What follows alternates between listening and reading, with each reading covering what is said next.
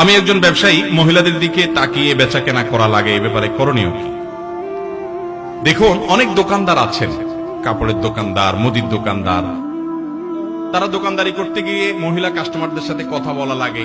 শুধু কথা বললে হয় না, অনেক অনেক মহিলা আছে এমন কপাল পড়া, এমন হতভাগা, এমন বেবুজা যে তার দিকে দোকানদার, কাস্টমার, দোকান মালিক বা দোকান কর্মচারী তাকিয়ে তাকে কথা না বললে তিনি অপমান বোধ করেন। এরকম কিছু মহিলা আছে না নাই, যে আমার দিকে তাকায় কথা বলে না কেন, তাহলে কি আমার রূপগুণ কম? আজকে তাহলে কি বাসা থেকে আমি মেকআপ একটু কম করে আসলাম, এ বদলোক কেন তাকাচ্ছে না? এরকম কিছু মহিলা আছে না নাই?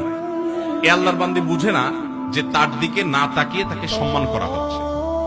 কারণ তার দিকে তাকিয়ে তাকিয়ে রাস্তায় যত মানুষ তার সৌন্দর্য দেখে, এর বেশিরভাগ মানুষই তার সৌন্দর্য দেখে তাকে নিয়ে মনে মনে জেনা করে। এটাই হলো হাকিকত।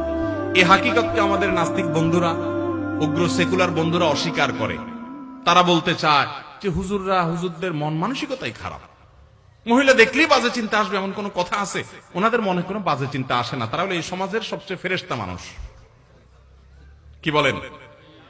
আল্লাহ রাব্বুল আলামিন মানুষকে সৃষ্টি করেছেন এভাবে, নারীর প্রতি পুরুষকে, পুরুষের প্রতি নারীকে আকৃষ্ট আল্লাহ তাআলা করেই সৃষ্টি করেছেন। এখন কোন পুরুষ যদি বলে না কোনো মহিলার প্রতি আমার আকৃষ্ট, আকর্ষণ কিছু হয় না, তাহলে এই লোক হয় মিথ্যুক, আর না হলে নপুংসক।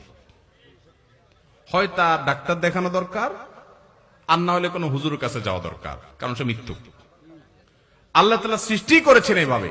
একজন নারী তার নিজেকে অশ্লীল ভাবে প্রদর্শন করবেন, আর আপনারা সবাই থাকে দেখবেন পবিত্র মনে, আপনাদের মনে কোনো খারাপ চিন্তা আসবে না।